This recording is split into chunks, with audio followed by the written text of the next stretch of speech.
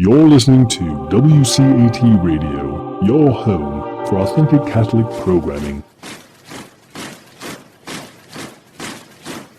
Hello, and welcome to another edition of St. Paul's Letters to America. I'm your host, Ray Gerard, and this is the program that asks, what if St. Paul were alive today to actually write a letter to Americans? What would he tell us? Well, we've got just such a letter for you today. And why? Because St. Paul's letters, the letters that he actually wrote almost 2,000 years ago, contain truths that are timeless. And if, in fact, he were here to write a letter to us today, he could just as easily write the very same things that he wrote almost 2,000 years ago today. So, in taking one of these letters and applying it to our situation today in America, what are we going to talk about? What particular issues and items are current today that would be important for us to hear some message from St. Paul? Well, there's a story in the news recently that we're going to call the Buffalo 57. That's our program for today, the Buffalo 57. Well, what are we talking about? What is this Buffalo 57? Well, as it turns out, just the other day, a protest was occurring down in downtown Buffalo in the part of Buffalo called Niagara Square, and there was a police squad. It's a riot control squad that was on duty, and they were told to clear Niagara Square. And as they were walking in front of a building and dressed in their riot gear, a white gentleman approached them. So you've got a singular white gentleman approaching a line of police officers dressed with helmets, batons, protective vests, the whole 9 yards in terms of riot gear. And this white gentleman, he was 75 years old, approached these police. Now, why he would do that, I don't know, but nevertheless he did. Well, he was pushed. And there's a video that shows one of the policemen, I think it was one arm, it could have been two, but he pushed him with at least one arm, and the man fell backwards. And he then he fell back. It seemed like he tripped. The police association afterwards said that when they viewed the video, it looked like he tripped over his own feet. It wasn't a situation where somebody actually, put a baton between his legs or did anything to actively trip him. What happened was a police officer put, at least, as I said, one arm to the man's chest. In my estimation, it was not terribly violent. It was more or less a gentle to a moderate push, but he was pushed. The man apparently then tripped over his feet and fell backwards, hit his head on the cement, and started bleeding from his right ear. That is the incident. The man was then taken to a hospital. He's treated. Apparently he's in okay condition. That was the incident. Well, what happened after that is the whole thing went viral. That video, I saw at least one indication that it had been viewed. This occurred, I don't know if it was, I think perhaps on Thursday of this week. And within hours, within a day, it had been viewed by one count that I saw 69 million times. So this is all occurring in the aftermath of the killing of George Floyd in Minneapolis and the protests around the country that have been going on for more than a week across all kinds of cities, all across the country, major cities, small cities. This protest was one of those. It occurred in the aftermath of this whole George Floyd incident. And so another occasion where somebody was hurt at the hands of the police was simply, a case where it went viral. This is a very hot-button issue, and so there are immediate calls for these police officers to be disciplined, and they were, in fact, almost immediately suspended from their duties on this squad. Well, who are the Buffalo 57? Well, the Buffalo 57 are all of the other members of this riot control squad. It's a specially trained squad to deal with riots and public insurrections or public disturbances of this sort. Specially trained. Well, every man on that squad resigned didn't resign from the police force entirely, but resigned from duty on that squad, leaving Buffalo without its specially trained team of policemen to deal with riots and protests at the very time when Buffalo is dealing with riots and protests. This is of particular interest to me because Buffalo's my hometown. It's where I grew up. My father was an attorney for the city, as a matter of fact, and if he was there today, would be dealing with a lot of these issues as a member of the legal team for the city. But in any event, all of these people resigned, all of them. They're upset. The people who support the protesters, the people who are sympathetic to this 75-year-old gentleman, they're upset. They're claiming police brutality. The police are upset. As we just said, 57 people resigned. They think that they've been treated and that their colleagues are being treated extremely unfairly. So they're upset. So people on both sides are upset. So what do we make of this? As Catholics, as people who supposedly have the truth, we like to think of ourselves as the true followers of Christ, that we are members of the church that Christ himself started and that has continued for now, almost 2,000 years without interruption. The one church, the one Christian church that has existed for all that time. We as Catholics, as members of that church, think, yeah, we have the truth. We follow the truth that comes from Christ. So what are we supposed to make of this? Should we join the clamor and the public outcry against this particular police officer? If we're called by other people to ask for an opinion on it, are we to say, yes, we sympathize with the 75-year-old gentleman who was hurt? Are we to say we respect the police, that they were only doing their job? Are we supposed to say that we have no opinion? Is there some right and is there some wrong in this incident as well as a lot of the others that are happening in regard to these protests in the aftermath of the killing and the murder of George Floyd? Well, yeah, there is an answer. There is an answer, and it's the answer that is always the answer. The answer is Christ. And the answer is compassion for all at all times. There is no other answer. A lot of people think, well, nowadays,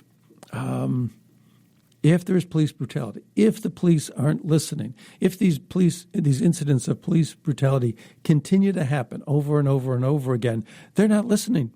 And if they're not listening, then all the talk in the world is not going to do any good, and we've got to do something stronger. We've got to protest. We've got to march. We've got to break windows. We've got to throw bricks at police. We've got to do something to get somebody's attention so that change finally at long last occurs.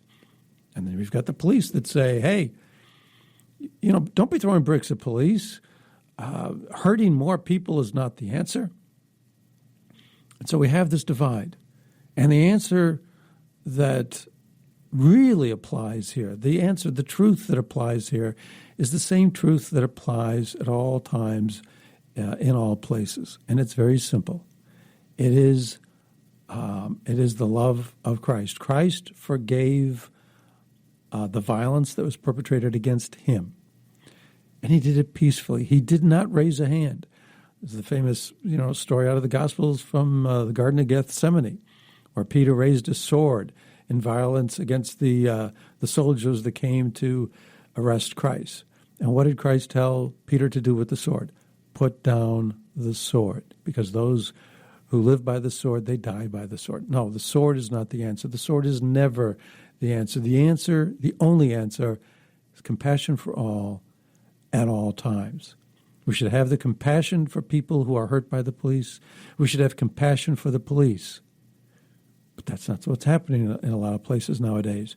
We are told to get angry against the police, to be violently angry in some cases against the police.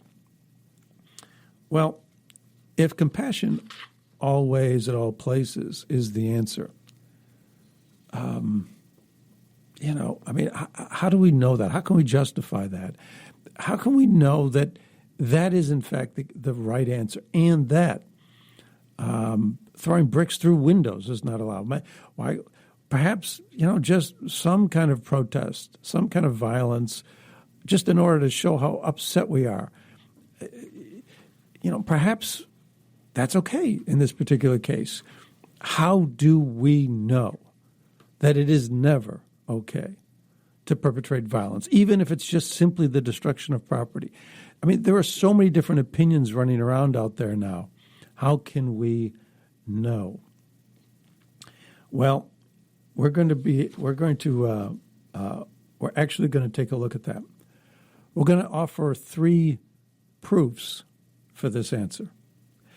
And these are tied to a letter from St. Paul. We'll explain how later. But we're going to offer 3 proofs. But before we do, let's go to this letter from St. Paul that applies here. And St. Paul tells us, I charge you in the presence of God and of Christ Jesus, who will judge the living and the dead, and by his appearing and his kingly power, proclaim the word. Be persistent, whether it is convenient or inconvenient. Convince, reprimand, encourage through all patience and teaching.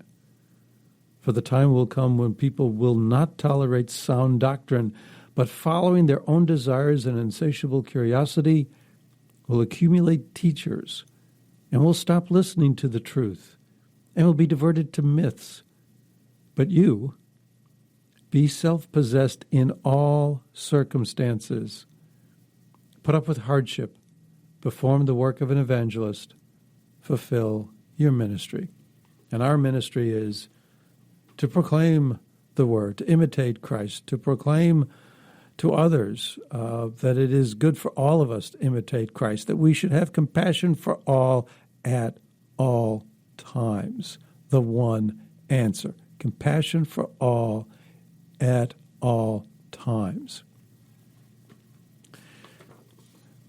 So now, St. Paul doesn't say in this particular letter the 3 things that we're going to talk about. He doesn't reference these things explicitly, but he does reference them, and we'll connect that later on. But for right now, what are these 3 proofs that I'm talking about that can show that the answer, the one answer, is in fact the only answer? It's the truth. Well, first, if we look at what's happening in our society as a result of the George Floyd killing, what do we see? Well, let's take there's 3 things that we can notice. One is, and this is evidenced in this Buffalo 57 case. I mean, this Buffalo 57 case is symptomatic. It's an example. What's going on here is what's going on in a lot of other cities and a lot of other places all around the country. We have an incident where people are upset because there's somebody was hurt at the hands of the police. Well, when you have riots, lots of people are getting hurt from lots of different causes. But when a police officer does something to hurt somebody else, what do we have? We have rashness of judgment. We have an immediate call for the police officers involved to be disciplined, to be reprimanded, to be criminally prosecuted. We have, outcries that, see, this is evidence that the police are bad. We have this mob mentality. We have this rashness, this immediate judgment as to what has happened. So we see rashness. What else do we see? We see fear. If somebody voices an opinion that tries to defend the police, that tries to say there's good, there's bad on both sides, that humans are humans, that we should look at the protesters and see the good that they do. And we should look at the protesters and see the bad that they do. And we should look at the police and see the good that they do, and look at the police and see the bad that they do. It's no different than in the priest scandal. There are good priests and there are priests who commit horrible acts. There's good and there's bad. People are human. If you were to say such things, often enough, people are met with cries of they're insensitive. They don't understand the black situation. And they're racist. They're white supremacists. They're bad. They're this. They're that. And people are submitted to a deluge of criticism if you attempt to say anything in defense of the police. Isn't that wrong? People are made to fear. The worst charge that can be leveled against any public figure is you're a racist. If you are branded as a racist, millions of people will come out against you. That causes people to fear that kind of that kind of ostracism, and so they then succumb to the viewpoint that basically police should not be defended. That's what's going on. There's that element there's an element of that in play here. People are made to fear. What's another one? Disorder. We see chaos in the streets. We see anarchy. We see lawlessness. We see people running around, pillaging, breaking things, hurting people. We see this. We see now calls for police departments to be dismantled and disbanded, to be defunded, creating more disorder and lack of control. Just taking these three results, these three effects of all of these protests and this outcry, we see rashness, we see fear, and we see disorder. Now, of course, there's some good things as well. We see compassion, we see empathy, we see love. But when protests turn violent as opposed to peaceful protests, then we do need to take a look at the parts that are bad, because if these originally peaceful protests migrate or mutate into violence of one sort or another, then there's the chance that we are going down the wrong path. Well, if we are experiencing now rashness, fear, and disorder, is there a Christian answer? Is there a Catholic answer? Well, yeah, there is. In exchange for rashness, there can be hope. In exchange for fear, there can be peace. In exchange for disorder, there can be order. If we look at the public scene right now, and we see these protests, we see these riots in the streets, we see all of this unrest. Which is better, to have all of that, or to have the rashness, the fear, the disorder, or to have hope, peace, and order? Shouldn't the answer be compassion for all people all the time? Hope, peace, and order. Often enough it is said that there are three earmarks of the Christian faith, the Christian belief in God: truth, beauty, and goodness. Truth, beauty, and goodness. Well, what is the hope? What is the hope that we have here? The hope that we have here is the hope in Christ. The hope that we have here is the hope in a life after this one. A hope in God. A hope in a loving God. A hope that there is a God there, that He's a loving God, a forgiving God. A hope of love that surpasses all kinds of love. That's the hope. The hope is Christ. Well, that's truth. That's truth. there is a God, there is a loving God, there is a life after this, there is a Christ who came to this earth, who died and rose from the dead, as witnessed by over 500 people. There is this truth. And there's hope in Christ. We don't have, we don't have to be rash about things. We don't have to jump to judgments quickly. We can let Christ judge. We can do what we need to do to discipline people who commit bad acts, who commit violence against other people. But we don't have to do it with any kind of immediacy. We don't have to be rash about things. Instead of fear, we can live in peace. Christ tells us, be not afraid. If we're not afraid, if we live in peace, I submit to you, you're living in beauty. The peace of Christ is beauty in and of itself. And what else do we talk about? If we live with order, where everybody is acting civilly towards other people, everybody is acting with respect towards other people, everybody is acting with compassion towards other people all the time, all people all the time. There's an order. There's a harmony to that. Well, that's goodness. That's goodness, because then we're exhibiting levels of love towards everybody else all the time. That's goodness. Instead of rashness, fear, and disorder, we need to live with hope, peace, and order. These are the things that can be found through Christ. And we can have confidence in them because they are, in fact, truth, beauty, and goodness. Well, anyways, let's talk about each one of these things. Rashness. Do we have rashness of judgment nowadays? Well, let me give you a case. Let me describe for you a certain case of rashness of judgment. Strangely enough, ironically enough, this occurred back in Minnesota, but it occurred in 1920. The whole George Floyd thing started in Minnesota. Well, back in Duluth, Minnesota, back in 1920, we had another incident.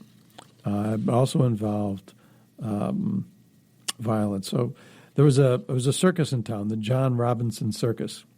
They were in town on June 14th, 1920, to give a parade and a one-day performance. And as the circus came to town, often what their practice was to hire local people to do cooking and to be just laborers, day laborers. And among those day laborers that were hired that day were three people named Elmer Clayton, Isaac McGee, and Elmer Jackson. There were about 100 townspeople hired that day. These three, Elmer, Isaac, and Elmer, were among that 100 that were hired. Well, there were a couple other people at the circus that day, but they weren't workers. They were patrons. One was a girl named Irene Tuscan. She was 19. Another was James Sullivan. He was 18. Well, apparently, after the show was over inside the tent, or at some point during the circus, they went behind the circus tents in the account that I read for an unknown reason. But perhaps you can imagine perhaps why. Young girl and a young boy going behind some tents. Perhaps they had on their minds what young people of that age, boys and girls, often enough have on their minds. In any event, after this, they claimed that an incident had occurred. The boy went home and told his father that he and the girl had been held up by three black circus workers, and that the girl was, in fact, raped by the circus workers. Well, the boy's father then told the police chief of Duluth, a guy named John Murphy, and he rounded up 100 local African Americans and had them line up for the boy and the girl. And the boy and the girl picked out 6 of the men, said that they were the guilty ones. Shortly after that, an angry mob, some estimated it at 5,000, some at 10,000, stormed the jail where these boys were being held. And they were ordered, the Commissioner of Public Safety, William Murnian, ordered his officers not to use force against the mob. A little parallel with today. A police station was in Minneapolis. A police station was surrendered to the protesters. The police were told not to use force against the mob.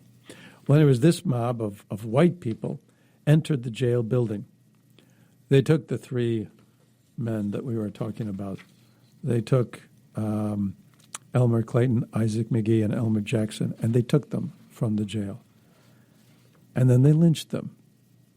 They killed them. They hung them from a streetlight, I think at the corner of 1st and 2nd Street, right there in downtown Duluth. And then pleaded for their lives. It made no difference to the mob. There was a photograph taken.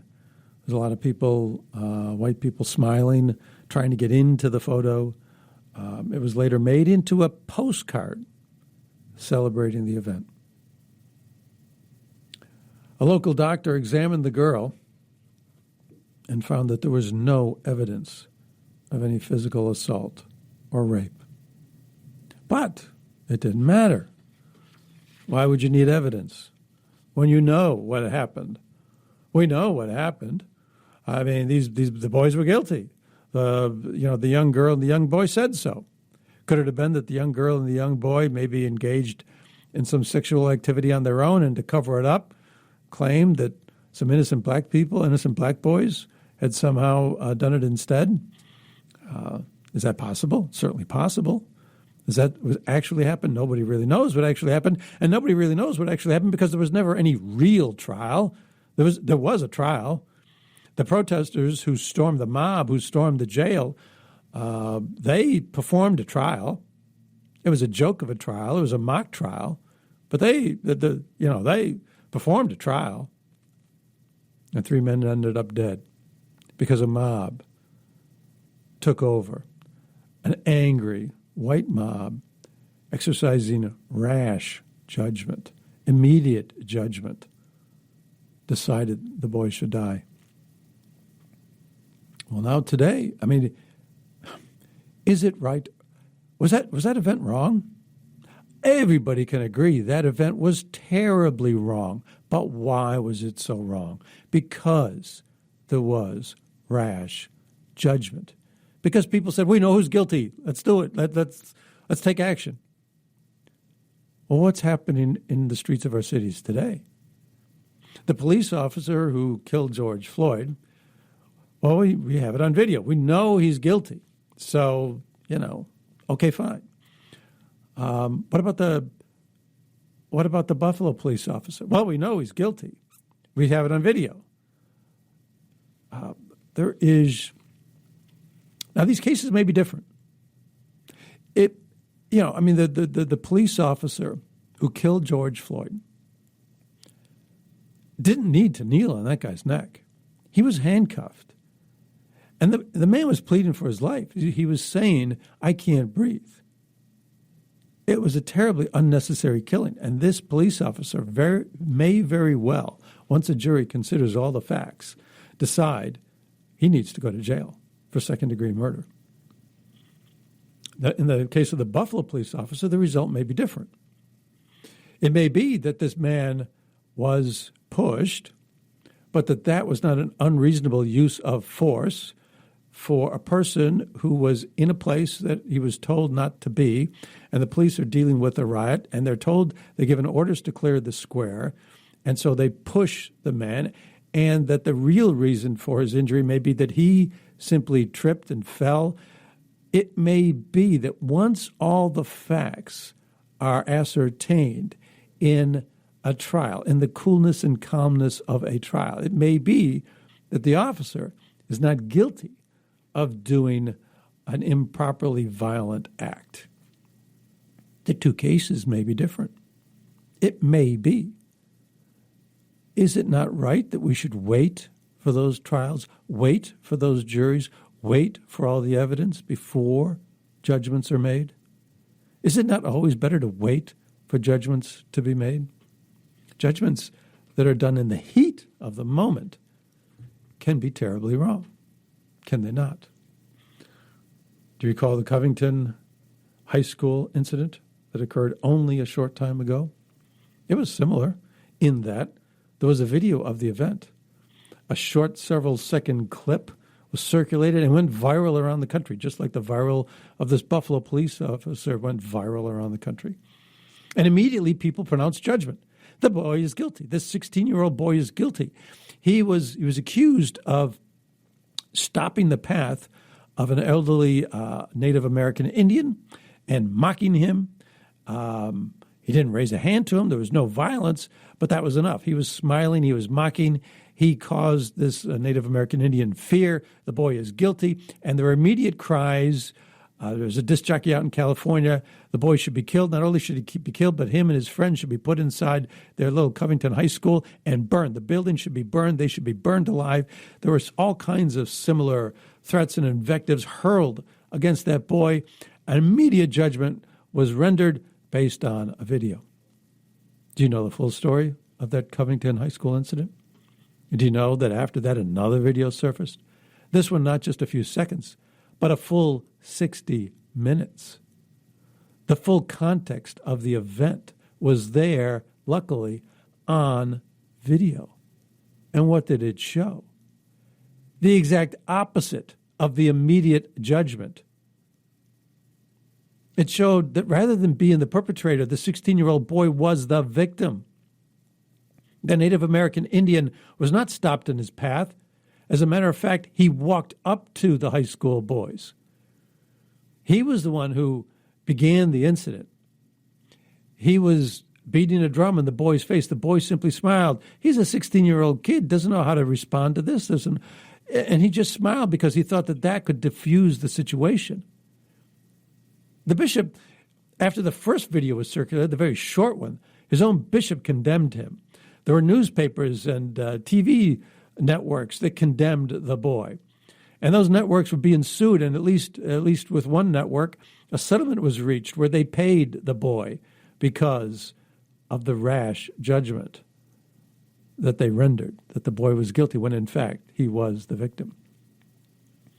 For an hour, the long 60-minute video showed that for an hour, those high school boys were being subjected to ridicule and all kinds of insults, and they didn't respond at all. They were peaceful. But the people near them, there are protesters near them, they were hurling all these insults, and then the Native American Indian joined into this and created an incident. But for an hour, they peacefully responded with nothing. They were the victims. A rash judgment said the truth was exactly the opposite of what it really was. So shouldn't we wait? You know? I mean, the people in Duluth, Minnesota in 1920 thought they knew the right answer. These three boys were guilty and deserved to die. But then the doctor found out that there was no evidence of any physical assault. These three men were killed. And, based on what we know, they were completely innocent. Rash judgments perpetrated against a young white boy in the case of the Covington case, a rash judgment against three young black men in the case of the Duluth incident from 1920, rash judgments against whites, against black. It doesn't matter what your skin color is. What matters is who you are, what you do. Did you do something wrong? Did you do something innocent? Were you innocent? Why isn't every person accorded the same rights? Why don't we extend compassion to all people all the time? Compassion including the benefit of the doubt, so that we don't exercise rash judgment. To treat them as people with rights. Even to do just that.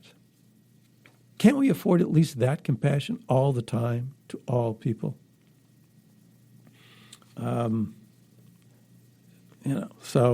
But that's not what we live with often enough these days. In New York, in the case of this police officer, we have a lot of rash judgment. The governor of New York State came out within 24 hours and said, he's glad that a criminal prosecution has been started, signaling that these cops, it wasn't a neutral statement. He didn't say, well, this should be investigated. He condemned the incident and expressed, satisfaction that a criminal prosecution was being commenced. Usually there's at least some investigation before a criminal prosecution is begun. But in any event, he's out there saying, in effect, or suggesting that that the police officer in this case should be criminally prosecuted. The county executive for Erie County, New York, the county in which Buffalo is located, he expressed disappointment over the fact that the 57 brother police officers resigned. He condemned them because they don't see anything wrong with what happened. Well, in order to say that, he's already rendered a judgment that a wrong has been perpetrated. There's no judgment yet as to whether or not there's no evidence that was considered yet as to whether or not maybe this person fell. Maybe reasonable force was exerted in terms of trying to clear a square, in that a man was mildly, gently, pushed, and that the man fell, or was the man violently pushed and there was nothing that could have happened but that he would fall and hit his head. Do we know where the dividing line lies? Well, the county executive doesn't need to hear any more evidence. He's already made the judgment. The Attorney General for New York State has already talked about this horrific display of abuse. Her words, quote, horrific display of abuse. A law enforcement authority, an attorney, someone who believes in the law, which supposedly says people are innocent until proven guilty. If a person of color is arrested, should he not be accorded the benefit of the doubt or we should just lock people up of any kind of minority status because they're guilty before they have a chance to prove anything, and they have to in fact prove that they're innocent. Well, if we accord people of minorities that right, because it's in the Bill of Rights, because it's been part of our system of law since the country was born, then shouldn't we accord that same privilege to white people, white cops? Shouldn't there be the same rule for all people? Shouldn't there be compassion for all people all the time? Should there not be simply one answer? When you have an attorney general of a major state saying it's a horrific display of abuse, she has already rendered a judgment. How'd you like to be on trial before a judge? You're criminally accused of something, and he's already made up his mind before any evidence is in. How would you like that? What does that say to the public when an attorney general does that? So this is what's happened, and the outcries on Twitter. The judgment's already in on Twitter. I could read you examples of things that are being said on Twitter, but they're horrible. The names of these, there were two cops involved in this incident in Buffalo, apparently. One, I guess, pushed, and another one, I guess, told the cop to keep walking, or I don't know exactly. But in any event, their names have been circulated. They're receiving threats now. The governor of New York State is in favor of some law. I think they call it the show your name or show their name law, something of that nature.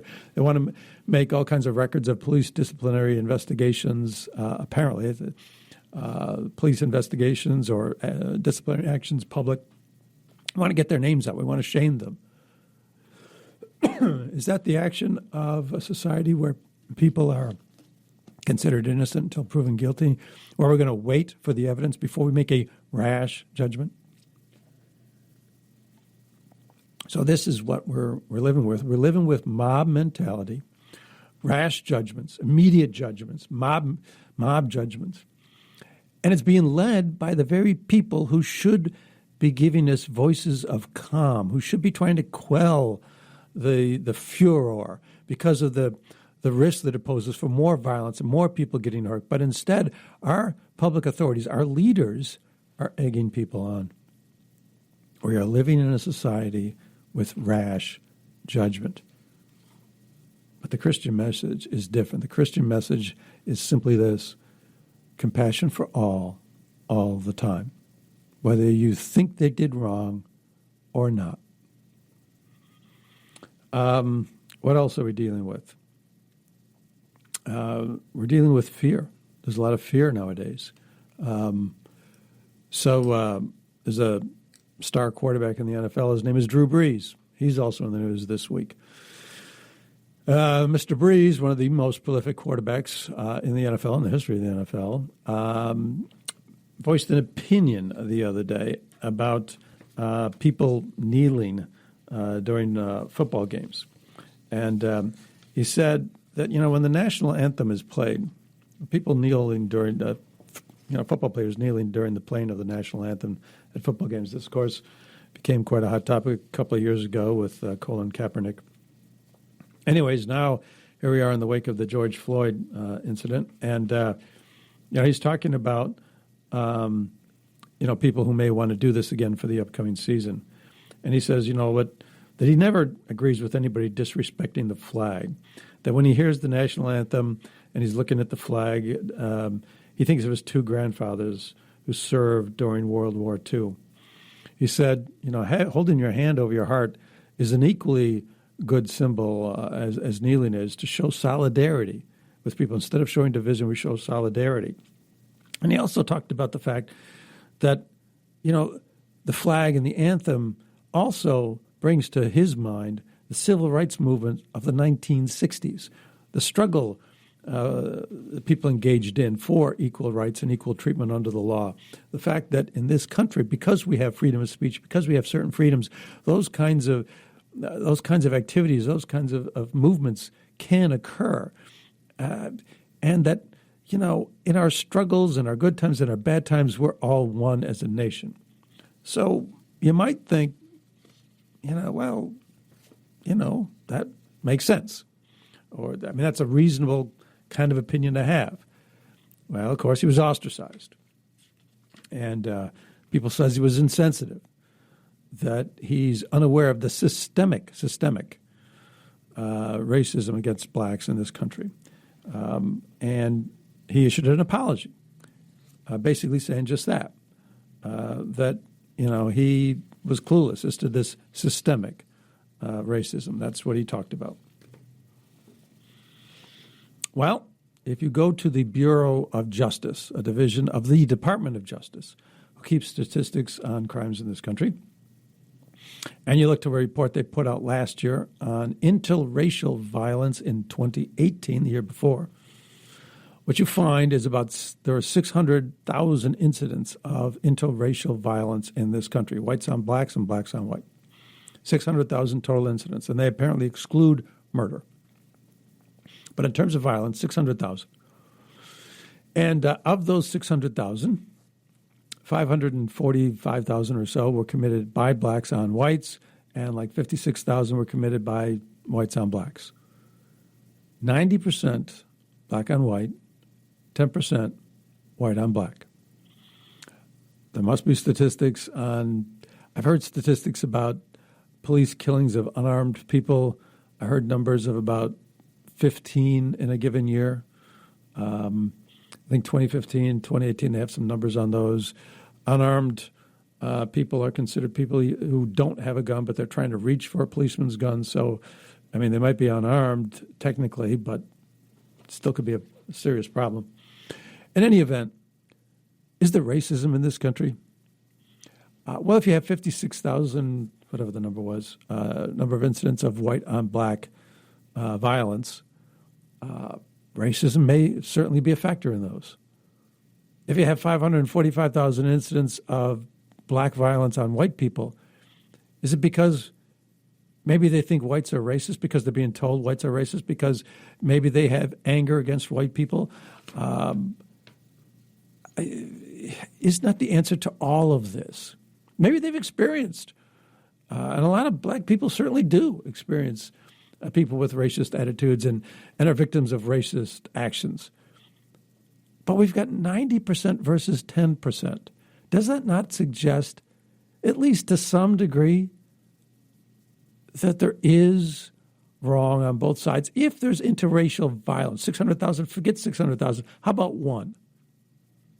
Is one act of interracial violence from whoever, against whomever, is that not wrong? Should not the one answer be compassion to all people all the time? And unless we're being told that, we're not being told the truth. What else? There's a story I'd love to get to, but I can't get to it. But let's just go to the last item that we have, which is disorder. Disorder. We are now seeing calls for police departments to be defunded. For example, in Minneapolis, Jeremiah Ellison, he's the son of the Minnesota Attorney General Keith Ellison. Anyways, he's the representative of Ward 5 on the city council. He says, quote, "We're going to dismantle the Minneapolis Police Department." Lisa Bender, the president of the city council, yes, we're going to dismantle the Minneapolis Police Department. Alondra Cano, another council member, the Minneapolis Police Department is not reformable. Steve Fletcher, another member of the Minneapolis City Council. Policing as we know it is a thing of the past. Police department is, quote, irredeemably beyond reform.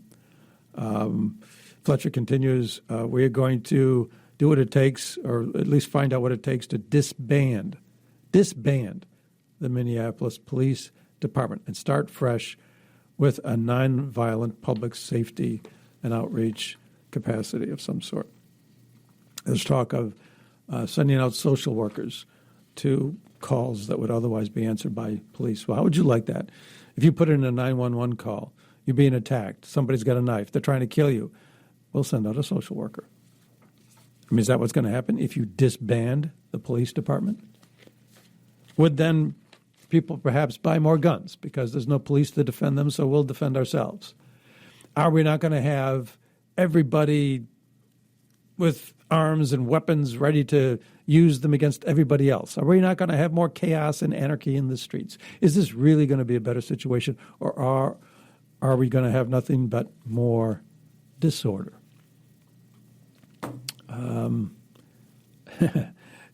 We said at the outset that we were going to relate this back to the letter from St. Paul, and we can.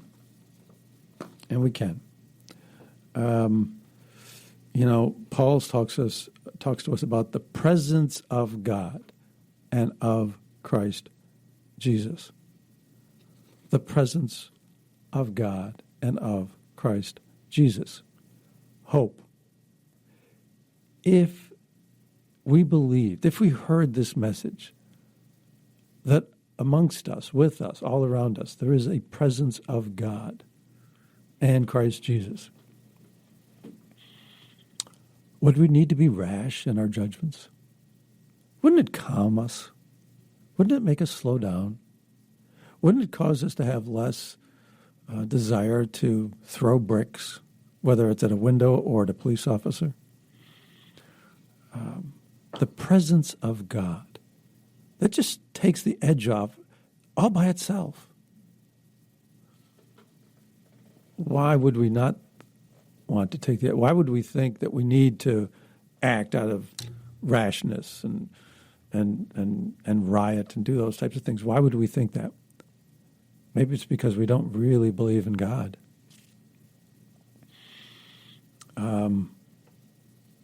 If we did believe in God, would we stop to think, well, would he want me to do this?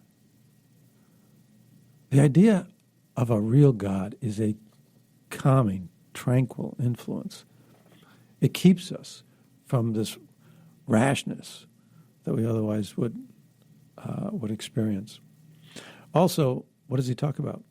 He talks about proclaiming the gospel, whether it's convenient or inconvenient. What does he mean? He means you're going to suffer ridicule. You're going to suffer criticism. You're going to suffer. if you dare to proclaim the truth. And what's happening nowadays? Drew Brees goes out and expresses an opinion. And he's told that he's basically a racist. And so then he has to back off. My own daughter said she can understand the people who protest and destroy property. She would not condone hurting people, but destroying property was okay. So then I asked her, I said, well, would you do it? She said, well, no. I said, well, so if it's not right for you, it wouldn't be right for other people. Is there not right and wrong? Is there not truth? If it's not right for you, it's not right for other people. If there is such a thing as right and wrong. If there is any such thing at all as truth. And if it's not right for other people, if it's wrong, in fact, for other people to do it because it's just wrong, then it's wrong for you to think it's okay for them to do it. You can't condone it. You can't say it's okay. And she told me that, she has this reluctance to thinking that throwing the bricks through windows or what have you is okay, but that everybody on social media was saying, but you're racist unless you sympathize enough to the extent that this is okay, and this is only destroying property of like big corporations. It's okay. It's not okay to destroy small businesses owned by black people in their cities, but it's okay to destroy Macy's or something like that. Well, that violates the principle of compassion for all the time. All situations, all the time. But she was fearful. She's like, well, I don't want to be called a racist. I have compassion for these people. I want to think I'm a good person. I want to think I have compassion for these other people. And so if that's what it's required to say that violence against property is okay, then that's what I'm going to do, because she's afraid. She's afraid of being called a racist. She's afraid of even thinking herself as unsympathetic towards other people. She wants to think she's good. It's fear. It's fear that's at play here. What does St. Paul tell us? Don't be afraid. To stand up now and say compassion for all people all the time, whether it's to say that applies to cops too, is very hard. It does take courage, and that's what Paul is talking about. What else does he talk about? He talks about that there will come a time when people will exchange the truth for myths. Well, the truth is peace. The truth is the one answer we're talking about, kindness for all people all the time. They're exchanging that now for myths. We're believing that it's okay to do certain bad things against us in certain cases. Paul is talking about the same things. Paul is talking about the things we're seeing. We're seeing rashness. We're seeing fear. We're seeing disorder. And he talked about this 2,000 years ago. Why? Because the same answers apply now as apply then. One truth all the time for everybody. Love, compassion for everybody all the time, everywhere. That's the only answer. Well, this has been Ray Gerard, and this has been St. Paul's Letters to America, and we hope that this has been a little provocative, a little interesting. We hope that maybe you've we've helped you think about something from a little different perspective. We hope that you've enjoyed it and that you will, in fact, join us again for another episode of this program. Until then, may God's best blessings be with all of you. Thank you. Hello, God's beloved. I'm Annabelle Mosley, author, professor of theology, and host of Then Sings My Soul and Destination Sainthood on WCAT Radio. I invite you to listen in and find inspiration along this sacred journey we're traveling together to make our lives a masterpiece and, with God's grace, become saints. Join me, Annabelle Mosley, for Then Sings My Soul and Destination Sainthood on WCAT Radio. God bless you. Remember, you're never alone. God is always with you.